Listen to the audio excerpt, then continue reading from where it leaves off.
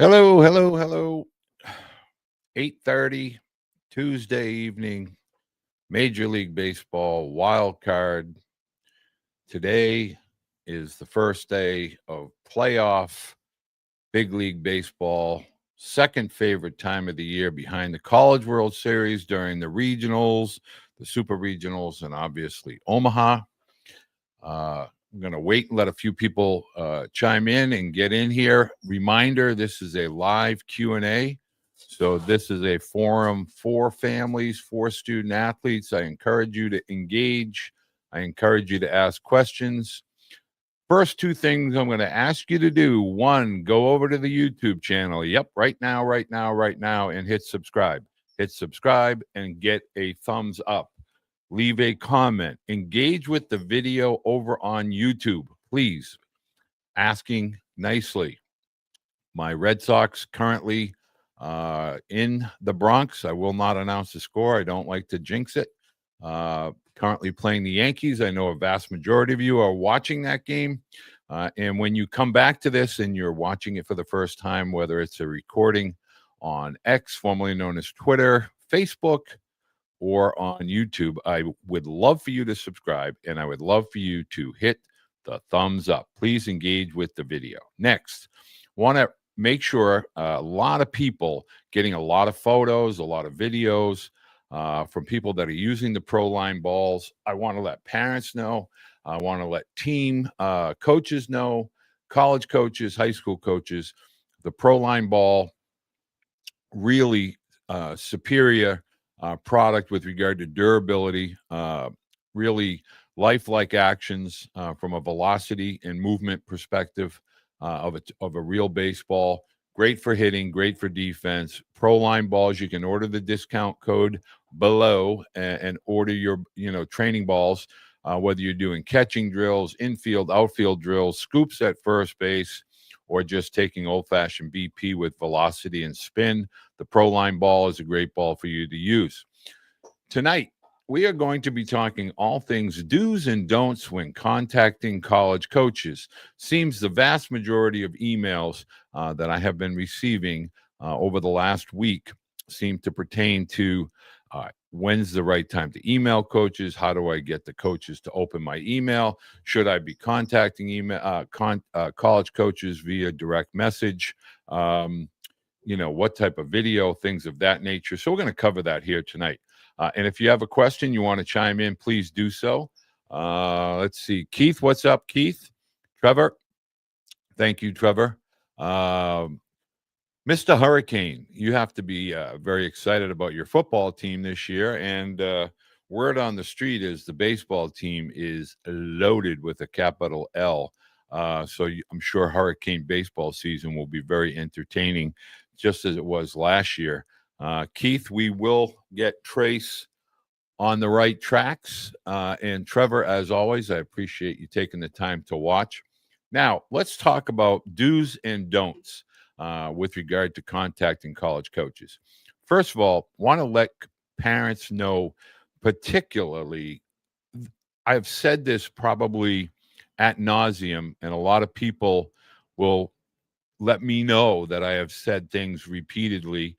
I am not trying to be repetitive or repeat myself on purpose, simply trying to bring an awareness that while you may see 2027s committing, the vast majority are high-level pitchers, very, very high-level left-hand hitters or talented middle-of-the-field type players, i.e. shortstops, second basemen, catchers, center fielders, and obviously right and left-hand pitchers. There are always going to be exceptions, but that does not mean that it is the rule for all 2027s. So with regard to the college recruiting process, I must emphasize again, it is a slow, it is a thorough, it is a different, much, very, extremely different landscape. College coaches are moving at a slower pace. The high school student athlete is probably 1/4 of what it used to be in the past. And, if they were recruiting 8 to 13 or 14 high school athletes in a recruiting class, we're down to 2, 3, or, maximum of 5. Some schools are a little bit more, but not most, not many. And so you need to be patient. You need to be properly prepared. You need to be physically ready. You need to be talented. You need to have skill. Now, you may be able to say to me or any other coach in your area, even though my son or my athlete is 170, he's as strong as any 210 or 205 or 195-pound athlete at that position. No, no. So you must begin to either come to terms with or begin to accept that skill, size, and speed. Skill, size, speed, strength, must at every level. It's a must at every level. So, how and when? Let's start with the when. Any class below junior year, I really would not be reaching out to college coaches. I would not be filling out questionnaires. When you're filling out questionnaires at that younger age of school, you're simply putting yourself on a mailing list for camps, things of that nature. It's not going to open up the recruitment window for your student athlete. Again, as an 8th grader, 9th grader, 10th grader. As a junior, you're still going to get invited to camp, but you have to begin to send in a video. We're going to get to that. And you want to make sure that that video is going to truly show a proper evaluation opportunity for your student athlete. So here's one of the do's. Wait until at minimum your junior fall before emailing college coaches, before direct messaging college coaches, before engaging in any type of communication. There are restrictions. After the middle of October, we will go into a quiet period. A quiet period simply means that coaches cannot go off campus. They can host camps and they can host student athletes on campus. They can continue to communicate via proper channels such as texting, emailing, things, but they can't go off campus. They can't go off campus. So there's no such thing as during the quiet period, people going to tournaments or showcases of any kind after, I believe it's November 1st is when the quiet period begins. So just keep that in mind. Thank you, Mr. Smith. Thank you very much. Good evening, Coach. Some summer collegiate leagues let players apply directly. As a JUCO freshman, should I let my college coach know before applying, or is it generally understood? If you're currently a JUCO student athlete, and I assume you're referring to a 4-year school, always let your JUCO coach know in advance that you are reaching out to a 4-year coach, especially if you're a freshman. But if you're a sophomore, you're going to be graduating with your associates, or you're going to be utilizing both of your years of eligibility at the JUCO level, then I would always keep a fresh and open dialogue with your coach to let them know that you're reaching out. And if a college coach reaches out to them, I want to let you know that I'm sending a letter, an email, a direct message, and please be aware that I am sending it to this school, this coach, etc. Always, communication is always the absolute key when it comes to recruiting, especially if you are a JUCO student athlete. Now, let us start with number one. The biggest misunderstood dynamic of contacting college coaches is way too much information. TMI, too much info. Keep it short, keep it succinct. Some coaches like a little music, other coaches not a big fan. So be yourself. Obviously, if you're going to have some sort of a musical component to your video. Keep it clean. Don't get carried away. The video should be no more than 30, 45 seconds. College coaches can tell a great deal from a couple of swings, a couple of plays, a couple of pitches. Try to get the proper angles. Try to be close enough so that you can see your body, your movement patterns. Try not to get a video from an extremely long distance away. Are you able to see yourself? Are you able to get an idea of, does that really look good? You know, a lot of hooting and hollering in the background. They really want to try to see the swing from the open side, a pitch from the open side.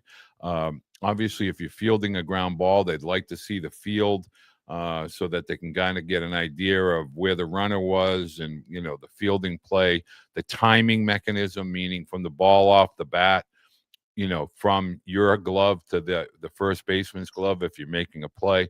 Try to keep the video short. The email should be short, sweet. Number one, a great subject line.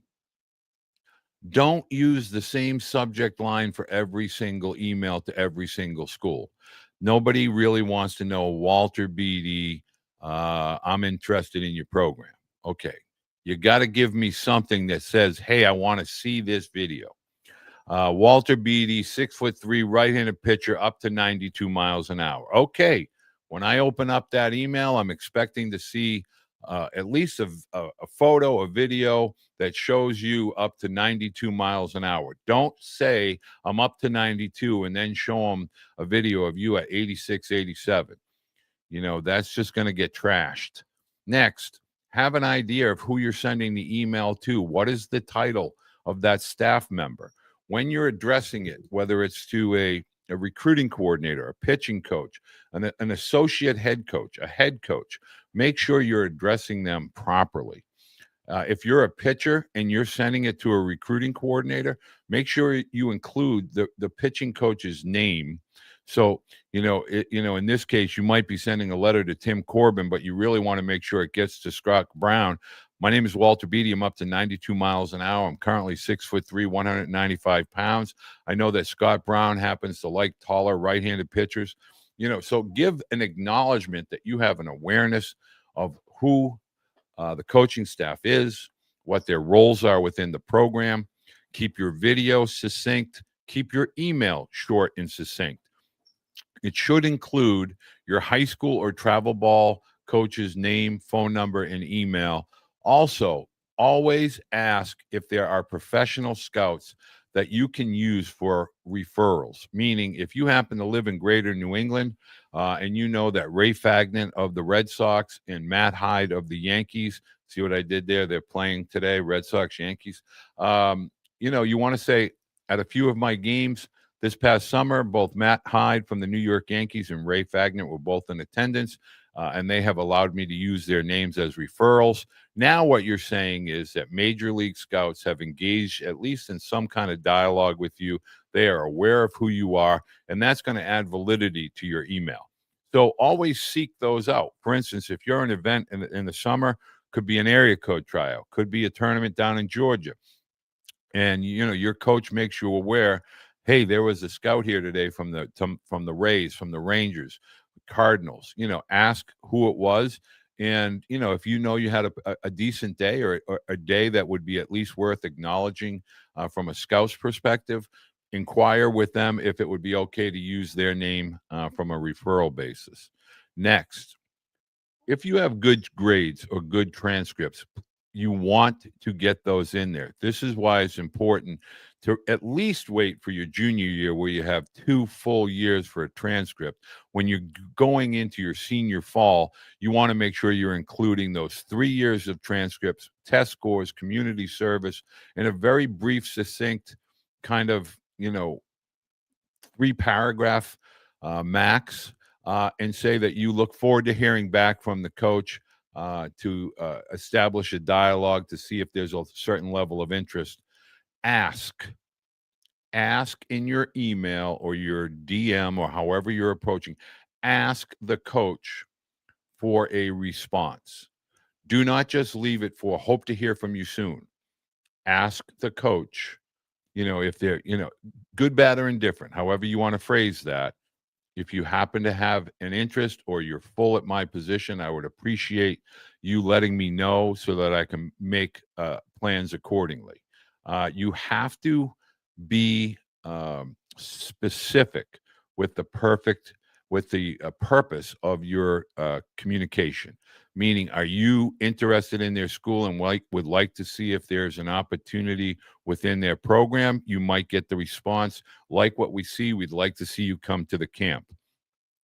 If that were to be the case and that you are invited, say specifically when you send the next follow-up email, Coach, I just want to make sure that we're clear. I've asked my parents, I'm able to come to your camp. Do you feel this will be a recruiting opportunity for me to be able to see the campus? And let them begin to at least acknowledge yes or no. We just want to get a closer look. We'll play it by ear kind of thing. That's important. The next thing that you really want to begin to understand is if you do not get a follow-up email within a 7 to 10 day time period, most coaches, if they like what they see and you are able to be in an open dialogue, meaning your junior fall has commenced as of August 1st, that calendar year. So for this year, it would be the class of 2027. They will be able to interact with you. If you're younger than that, they will not be able to interact with you. So you need to make sure you're within the communication guidelines. If you do not hear from a coach after the 7 to 10 day window, you should make the attempt to send a follow-up email, and make the subject line creative. Again, Coach Walter Beede, my room's on fire. The only way I can put it out is if I get a response. Now that's going to get a chuckle. I'm just giving you a joke, but say something that's going to get them to put a smile or a smirk on their face, something creative. Haven't heard from you. Maybe my computer is broke, or maybe the web broke. Something creative that just gets them, oh, I forgot. Or, you know what, Walter, I saw your video. I apologize for not getting back to you. But at this time, we're full at the end with regard to the right-hand pitching in the 27 class. We wish you nothing but the best of luck. We'll keep you in mind should anything change. At least you got some closure. But you want to be proactive. You just don't want to leave it out there hanging. If you don't hear from a coach or a staff member after making 2 solid attempts, you pretty much can just call that a day. Now, you can go back a year later, obviously, if you're a junior. But if you're a senior, obviously by next year, you'll probably have made a decision one way or the other. The next topic that I would like to address is, just because a coach is following you on social media does not mean that you are being recruited and or followed. They may have seen something in a video that intrigued them, and they're just kind of following along. But, you can interact with those coaches. Don't wait for them to interact with you. So don't misinterpret the follow on social media. It's really exciting. And I agree that when a coach takes the time to follow you, more often than not, they're monitoring and they're kind of trying to find out what makes you tick, what types of interests you have, what type of personality you have, what type of values. They can tell a lot by monitoring social media. So really be keenly aware of that when you start to make posts or copy and paste and things like that. Let's see. Absolutely, Trevor. Let's see. Trevor, you're absolutely right. You want to make sure you're always utilizing a professional scout when you have the ability and if you have the ability. And that's why it's always good to have a dialogue with your high school coaches, your college coaches, things of that nature, to find out, if there was a scout in attendance, they're going to check in with your college coach or your travel coach and always get them from a reference perspective. But that question was directed for reaching out to collegiate summer leagues, not universities. Absolutely. So if you're in a JUCO league, and you're looking to play in a summer collegiate league, I would definitely one, look into your geographical area first, and next I would communicate with your JUCO coach or any member of the staff that you're looking for a college summer league placement. Now is the time. The fall is the time where most of those rosters are put together. You want to look into the Cape Cod League, the New England Collegiate League, Northwoods League. There's the Alaskan League, Florida leagues, Louisiana, Texas, California, Virginia, Perfect Game Summer Leagues. All those leagues are looking for players. So definitely be proactive as a JUCO athlete with those leagues. Thank you, Doug. Thank you, Coach. Coach, you can add some stuff here because Doug Adams, tremendous for years within the travel world and the facility world, and now is a college head coach. Doug, if you want me to mention the name of your school, let me know. I will definitely throw that out there. And again, parents and student athletes, in today's world more than ever, there is no such thing as a college that you should not at least do homework or due diligence. If a college coach or a staff member of a college program is taking the time to communicate and reach out to you as a student athlete, they deserve your consideration. If they don't have your major, that's quite all right. If they're geographically not close enough to home, or you just maybe from a financial perspective, it's not affordable. Okay, those are parameters that coaches will understand and respect. But if a college coach, regardless of the level, regardless of the the NAIA, NCAA, JUCO, you should exhaust all possible, due diligence with regard to that school, because now more than ever, getting and creating your resume at the collegiate level is critical. This is the world that we now find ourselves in, no different than, the workplace as an adult. If you have a resume and there's college statistics that are, out there for everyone to see, that's going to increase, your recruitability. The portal now, year after year, is filled with NCAA, NAIA, NJCAA. All of those schools now are looking for athletes that have a resume. Let's see.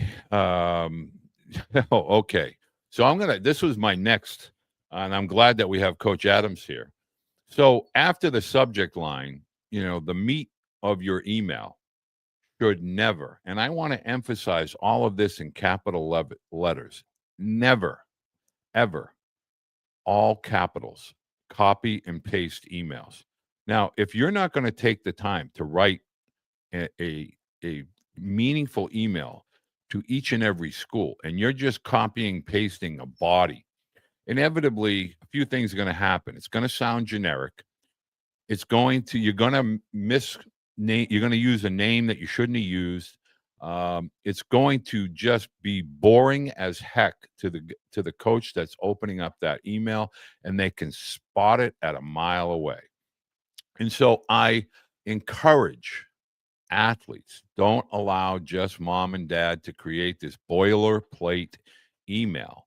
Add some information about who you are, what you're looking to achieve in college. College coaches get it. You think you're a pretty good high school player. Okay, you have some statistics that you're darn proud of. But what you want to do is you want to tell that college coach, wherever that college or university is located, this is what I'm looking to bring to your program. This is how I think I can benefit from your program with regard to coaching. It'll bring my skill sets into a much higher level, and I think I can help your program win games. And this is how.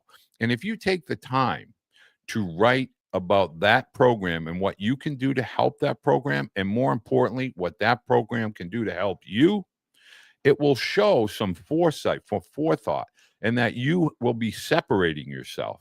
So many athletes and families are just in a hurry, and they create a boilerplate, and it's just insert name, insert, your name, insert their name, blah, blah, blah, and it's all generic. You don't think everybody does that? Especially some of these four-letter companies that are recruiting gurus. That's all they do. They have a plate for your video, they have your nameplate, and they make these editing, really looks cool, and it's got stars going across and fire streaming across. Ugh. Do something original. How about you talking in a video? Coach, my name is Walter Beede, and I've enclosed some of my recent pitching video that was taken at a local camp, Clark University. There were several scouts in attendance, Matt Hyde from the New York Yankees, Ray Fagnet. I was sitting approximately 88 to 90, and I did top out at 92. I threw a breaking ball, which is more of a slider, and a changeup. Welcome your opinions and thoughts, whether you think I fit your program. Boom, short, sweet, bang. Okay, 92. You got his attention. Then you said Fagnet and you said Hyde. You said Scouts. He's going to watch the video. He's going to open up a dialogue with you. But try to be original. Try to talk about what makes you different, what makes you unique. If you hit a baseball in game, you have an exit velocity in game of 105. Maybe that's something you want to use in the subject line. That's going to get opened. Throw 93 from the outfield, from right field. That's going to be open. 6'3" runner, under 4 seconds from home to first, from the left-hand batter's box. That's going to get opened. Now you've separated yourself. You're giving yourself a reason for that coach to open up that email. Now, a few of the don'ts that I want to make clear, because I don't want to go on and on here tonight, because that seems to be my number one issue. A few don'ts. Don't compare yourself to anybody that staff has recruited. Don't try to make it sound like, well, I know you recruited John, but he's not as good as me. That's essentially what you're gonna say. You don't want to start ripping a coaching staff, saying, "Hey, I think you made a mistake recruiting John. You might want to look at me." Don't do that. Try to be inclusive. Try to be a we, us, our. Our team this year had a very strong spring. As a 3-hole hitter for our program.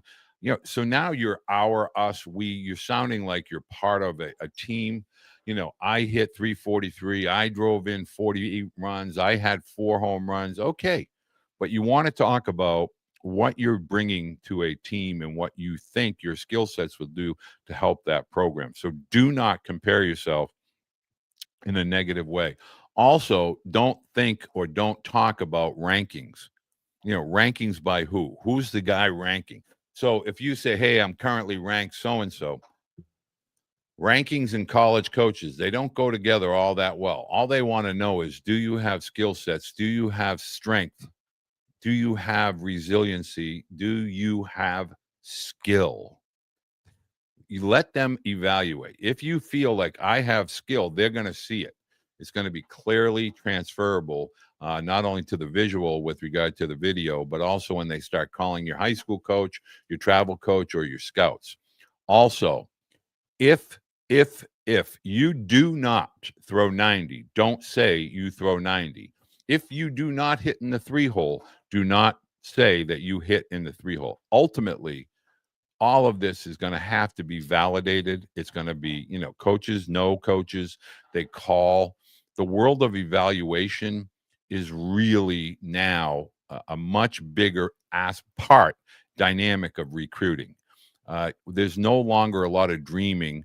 There is still developing, which I'm going to get to in a second, but they don't really have. College coaches now have access to, plug and play players, and they're going to take advantage of that when and where they can. That's just a fact. And they're looking to supplement and bring in players that they feel have a future within their program. So, that's a very big deal. Another don't. I just had a family that was going in a different direction and happened to reach out to me about another topic. And they casually dropped in the fact that they're looking for, in their words, a lower level program to get started, to get their foot in the door. And when they showed me their, correspondence with a couple of coaches, I mean, the hair almost fell off my head. there's no such thing as trying to tell a coach, I want to come to your program so I can get my foot in the door in hopes of going to a better program. No, no can do. That's not how this works. We're not here to play musical chairs. So I am a huge proponent, as I have stated repeatedly, of looking for a home for 4 or 5 years. College baseball is extremely difficult at every single level. I wish I could get more and more families, athletes to go watch college practices, to go watch the level of their intensity, to go watch the level of their skill. If you are not taking the time to go watch a practice, and you are just assuming that college baseball is a step up from high school or travel baseball. If you think travel baseball and high school baseball basically are on the same par as any level of college baseball, boy, oh boy, are you in for a tough, rude awakening. It's just a massive leap with regard to skill, size, strength, speed. It's not anything you can wrap your brain around until you actually go to a practice. So try not to get into that dialogue with the coach. Well, I haven't gotten anybody recruiting me at Division One, so I'm just trying to get my foot in the door and trying to get, that's not a good situation right there. Let's see. I want to check for questions. Um, Pre-camp communications that should be done. Okay, John, thank you. These are almost timed perfectly. And I want to let you know, as parents, when you're getting the camp communication, I really want to let you know that you want to have an idea of, are you going to that camp from an academic, like learning perspective? Are you going to that camp? Um, you know, from a recruiting perspective, you want to clearly know that. And for the record, I just want to let people know Coach Doug Adams is the head coach at Clark State Community College, Greater Ohio. So if you have a question for Coach Adams, a lot of coaches will watch and engage when I do these types of formats. But John, specifically to your point, yes, if you have a strong interest in a program and you're about to go to their camp, you should, by all means, reach out and say, "Hey, Coach Beede, my name is Tyler Smith, and I will be attending your upcoming camp in November 1st. I have extremely strong interest in your program. I'm looking for an engineering degree. Your school offers a very strong academic engineering program. Also, as a catcher, I feel that I have both the physical skill sets as well as the mental components to being a catcher within your program. Uh, Looking forward to meeting your staff, you and your staff. I'm looking forward to seeing the campus with my family, the dorms in the area community. You know, open up that type of dialogue. Let the coach know that you're not out here shopping. And so when you're going to that camp, you want to have that dialogue to let the staff know that you have a sincere interest in their program. Like, this is one of the top 3 schools that I'm looking to attend.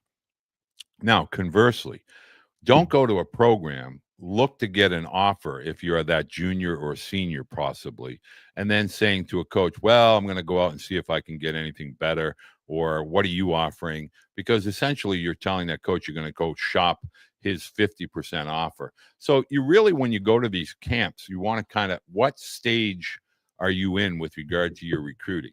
Are you going to a camp that you have a sincere and strong interest to? Are you going to a camp that you just got randomly invited to and you don't know a lot about that school? You have to be candid. Say, Coach, I received your camp invite. I'm not really familiar with your program. I expect to do some due diligence over the next 3 to 4 weeks prior to my attending camp on November 1st. I'd like to know if you have positions open or spots, roster spots available in my class for my position. You want to ask that ahead of time. And if he comes back and says, yes, we do, no, we don't, at least you've gone back and forth. But you want to know, like, am I going to this camp and learning about the school and the program and the staff to see if that's a fit? Am I going to this camp because I have a sincere and strong interest in attending that school? They have a roster spot availability in my class at my position. Always remember, every year in college, every single year, they may bring in 2 catchers, 1 catcher, 3 outfielders, but they're always going to be looking to upgrade their roster every single year. So you can never, ever, ever get complacent. You can never say, well, they recruited me, but now they're bringing in another catcher. They're looking to, okay, they're always going to be bringing in other catchers. There's always going to be other catchers in the program. There's always going to be competition. Every single year you are in college, you are going to face stiff internal competition. Fact, it's never going to change. And in today's world, with regard to the portal, coaches simply don't know who's going into the portal on any given year. Schools may think, okay, well, I have my roster set. I just brought in 3 great elite young outfielders, and then 2 of them blossom, and they just decide they're going to go test, the transfer portal. This is a very different environment. It's not that they want to do that, but coaches may be forced to do that, because up until the exit meeting that occurs every spring, coaches really don't know who's staying and who's going to opt to go test the waters. Some schools, once you go test the waters, there's a severing of the relationship, and they move forward. Others kind of give some athletes some time. Want to also talk to you about that December. Now, we've never had this before. We've always had athletes going into a portal at the end of the fall, but now we have a roster cap at the Division I level of 34. Now, if we exclude the DSA, the designated student athletes, some schools are carrying them, other schools are not. But now in December 1st, we're going to have some roster cuts. That is going to lead to fallbacks at the NCAA Division II, Division III, the JUCOs. So you have to understand there's going to be some very unique circumstances. And so therefore, when I am working with parents of current high school seniors, I will always say, unlike any other time that we've ever had, we no longer have LOI, letter of intent, meaning that November date and Wednesday, I think it's the second Wednesday, usually in November, we used to have letter of intent that would be a binding agreement, written agreement that would be signed by the college or university and the student athlete. We don't have that anymore. So really, the recruiting window now, if you're a current high school 2026, it's going to go all the way into the spring.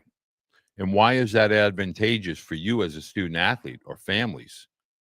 Because let's say you're developing now physically and your skill set is maturing, and you get to the spring and you have a really great spring.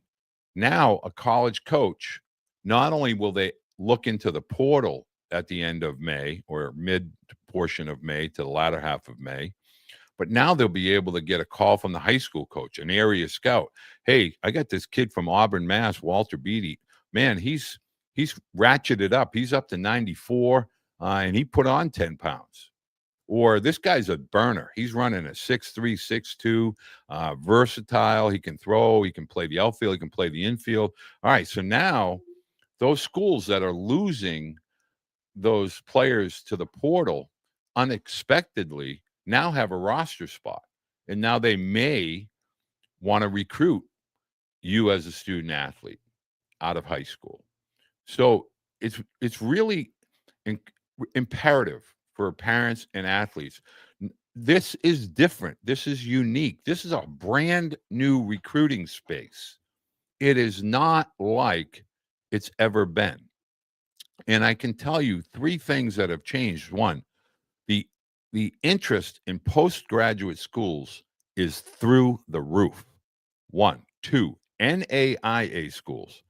And if you are not including NAIA and JUCO in your list of, potential landing spots, you're not covering all your tracks, all your bases.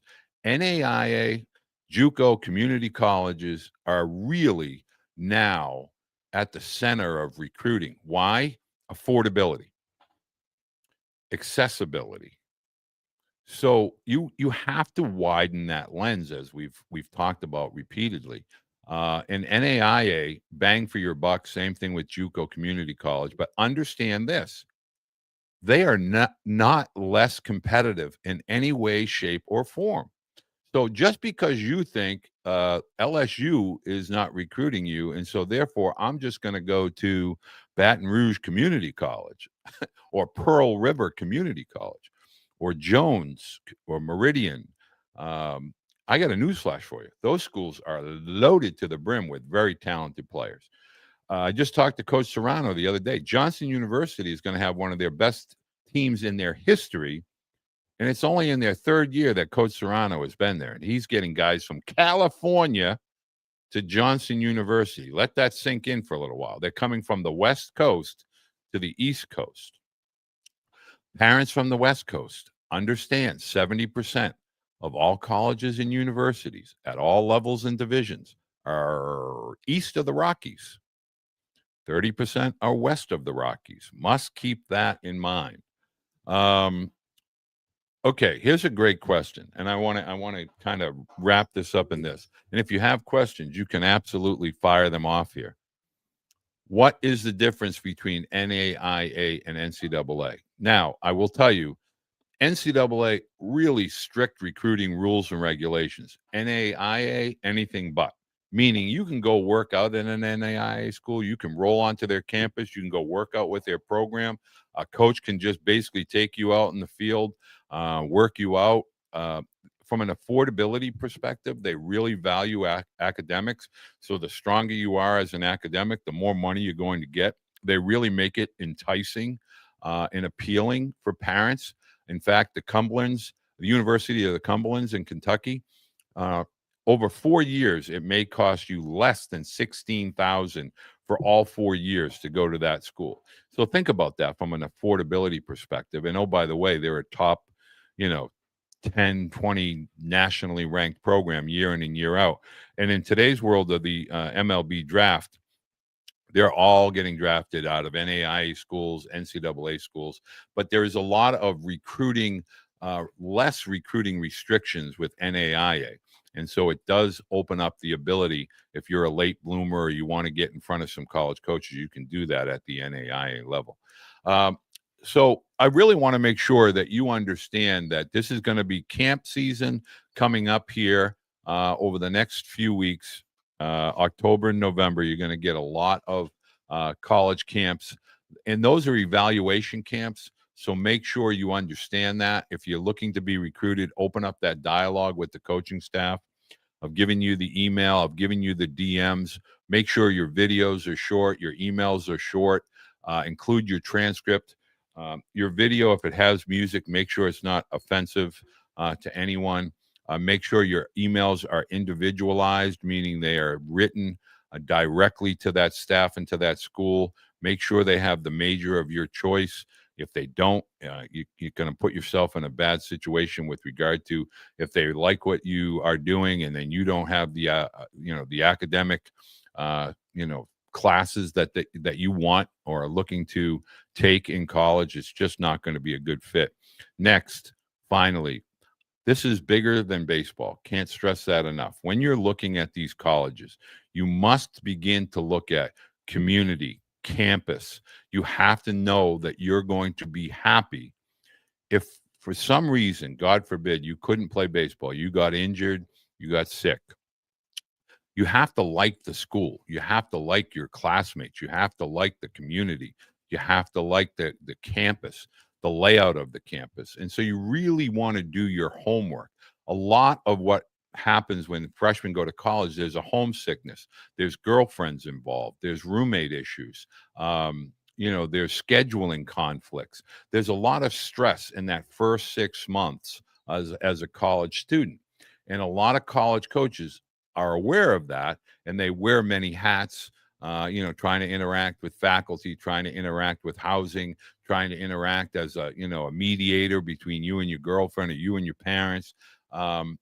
Understand all those things are going to be a part And so you want to begin to prepare for that now and have those dialogues with your family, with your girlfriend, with your coaches. Really begin to talk those topics through, because if you don't and you internalize them, when you finally waving goodbye in the car with mom and dad, or they're going away from you, you it's going to be a tough struggle. Now, I got an email this week, and I want to end tonight on that email. And I'm going to paraphrase, and I'm going to finish on this. As a dad, and I don't want to talk to you as a baseball dad. I just want to talk to you as a dad. I was a single dad, and I raised two sons from the ages of 3 to 5. And one of the biggest mistakes that I ever made as a dad was I was constantly looking ahead. And I really, when I say looking ahead, okay, what will my sons look like when they're in middle school? What will my sons look like? Is the high school coach watching my sons? Where will my sons fit when they get to high school? Will they be able to participate as freshmen? Will they be able to participate? Are they going to make varsity? All of these things. And then ultimately they're in high school, and where can they go to college? And what colleges can they play at? And let's start working. And so I was so busy on tomorrow and so ingrained in yesterday, meaning, okay, well, they did this and they did that, and that means they're going to be able to go here. I totally lost sight of today. And boy, oh boy, do I regret that. So I can only give you my feelings. And so, mom and dad, time.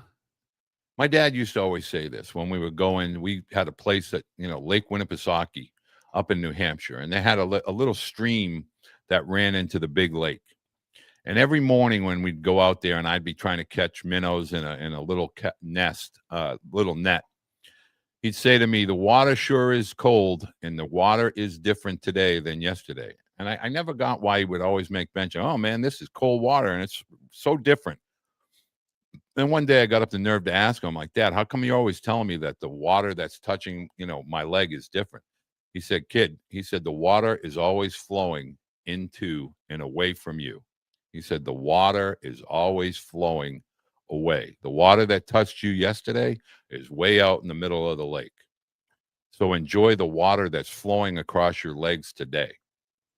So think about that for a second. That water today is flowing by you, and you don't understand that water is never coming back.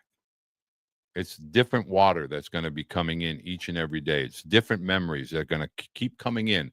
And we remember yesterday in our memory bank, and we look forward to tomorrow. But we really have to begin to embrace today. Everybody's happy today. Everybody's healthy today. I'm just talking in general. I know we have disagreements, but with regard to college recruiting and all athletic recruiting, I need you to understand, with or without our children, recruiting is going to happen. And if we prepare our children to be building, what I call bricks every single day. And here's another very wise. My dad never played athletic. He never played sports in his life. He was not. He was in the war. He died when he was 38. But he was a tremendously wise man. And so one day I was talking as an 11-year-old about wanting to be a major leaguer. Tony Calignaro, Rico Petrocelli, big leaguer, big leaguer, big leaguer. And my dad's favorite saying was always, "I'm just going to enjoy today because I don't know if I'm going to be around tomorrow." Now, he said it in jest, but ultimately that came to fruition. But one day he said to me, he put a bucket in our sink, but this big bucket in our sink that was downstairs in the cellar in the washroom. Now, you're going to be saying to yourself, what does this have to do with baseball? So he said to me, "You're in a hurry." He said, "But what I want you to do is this bucket under the sink." He goes, "I just want you to kind of come down and take a look at it every day." And I never understood. And every day I would just see it drop. It leaked. He initially put it in there because my grandmother was telling him we had a leak. So after a day, after a week, after a month, not much water. And I kind of forgot about it after a month. About 6 months later, I went downstairs and my dad said, "Hey, I need you to go downstairs and check the bucket, see if it needs to be emptied." And I'm like, "What bucket?" He said, "The bucket downstairs under the sink." I went downstairs and there was a pretty good amount of water in there. And as I went outside to dump it, I came back in, I put the bucket back under the sink. He said, "Hey, a drip a day. Look how much water was in that bucket." And he walked away.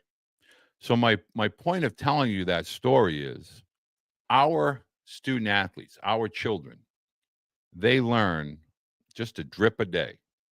And sooner or later, all those drips add up to a big body of work. You must allow your student athlete to grow at their pace, encourage them, support them. And when they're ready, when they're absolutely ready, physically, mentally, from a skill perspective, and you feel strongly that they can play at that next level, go watch a college practice. Maybe ask a college coach local in your community. Maybe ask a trusted person within your community. Maybe they played college baseball. Maybe they played professionally or coached college or professional. Could you give me an idea of where my son's skill sets are? And let them talk to you candidly and honestly, one day at a time. Allow it to happen over one day at a time. Do not try to pick fruit before it is ready to be picked. Be patient. 8th grade, 9th grade, 10th grade, 11th grade. Now, as a senior, you still have options, you still have opportunities. Allow the bricks, the drips to build. Thank you, Bradley. Great. Keith, thank you so much. I appreciate everybody that watches these on Tuesdays. You might have noticed I didn't put a lot of things out on social media the last couple of days. And I get people, "Hey, is everything okay? Is everything all right?" Everything's great. But I want to let you know a couple things. First of all, if you've made it this far in this video, tonight, before you leave your social media platform that you're on, X, formerly known as Twitter, Facebook, YouTube, for the love of goodness, please just go over to YouTube, hit the subscribe button, hit the thumbs up button, and just leave a comment. Leave a comment, any kind of comment, any kind at all, good, bad, or indifferent. Please spread the word. Talk to people. Share the channel. I want you to know, I'm doing these types of conversations for no ulterior motive. I talk to parents. I talk to Bradley Manis. I talk to Keith Simmons. I share in their achievements, but I also share in their moments of where they're really trying to hold things in and be the best possible dad they can be. And I get that. And trust me, I get that. And I try to help some parents avoid the heartache or the disappointment. Sometimes it's inevitable, but sometimes I can help at least, minimize to the best of my abilities. I don't need a quarter in my jukebox. I would love for you to support the things that I do, things like Proline. Those, again, for the discount, you can look in the description below. But what I'm trying to tell you is I'm not going to go out here and post and try to impose my will or impose what I think is right or wrong. I try to simply watch, read, learn, engage. I try to speak with coaches. I try to speak with parents and athletes. I do the best of my abilities. When I get a call from a college coach, "Walt, can you help me out?" Absolutely, coach. I don't ask about the parents. I don't ask about the student athlete. If a coach is asking me for assistance, I just do it. Parents have a question and they want an answer, I give it to them. That is what this world is all about. But I want to let you know, as parents, if there was one way to hit a baseball, if there was one way to throw a baseball as a pitcher, field a baseball as an infielder, these great organizations like the Red Sox or the Yankees or the Dodgers or the Giants, I will let you know the Red Sox won 3-1. Go Sox. They'd hire those people. Since the beginning of time, lots of people interpret movements For every Barry Bonds, there's a Rod Carew and a Tony Gwynn. For every Tony Gwynn, there's a George Brett, there's a Carl Yastrzemski, there's an Albert Pujols, there's a Mike Trout, and a Mickey Mantle. For every Roger Clemens, there's a Cy Young. There's a Randy Johnson, and I'm not talking about the unit. I'm talking about the lefty Cy Young Award winner for the San Diego Padres. Different strokes for different folks. Baseball, it's always going to be different strokes for different folks. Find your identity. Become the best version of yourself as a student athlete. Don't try to be someone that you're not capable of becoming. The greatest of the greats. There's no blueprint to create those people. Be the best version of yourself physically, mentally, and obviously from a moral and values as well. I want to say thank you to everybody for joining in tonight. I didn't quite achieve what I wanted to. I was hoping to be less than 45 minutes. I didn't quite get that. Is it Deaver Smith? Would love for you to put that out on the YouTube channel. That would be awesome. Michael Brooks, the best baseball player in high school hitting that nobody knows about yet. Keyword yet. Copper State, rooting for the Sox here in Arizona. Thank you. 3-1 victors. Ken Thompson. Ken, how are you, Ken? Coach, I truly agree for what you do. Thank you so much, Ken. I appreciate that very, very much. I want to say thank you to everyone. Next Tuesday, we're going to be a little bit later next Tuesday, probably somewhere closer to 9 or 9:30 p.m. Eastern time. My wife and I have a prior commitment, but I will be back here next Tuesday, always every Tuesday. This week on Thursday, Coach's Corner. I would appreciate it, again, if you would spread the word.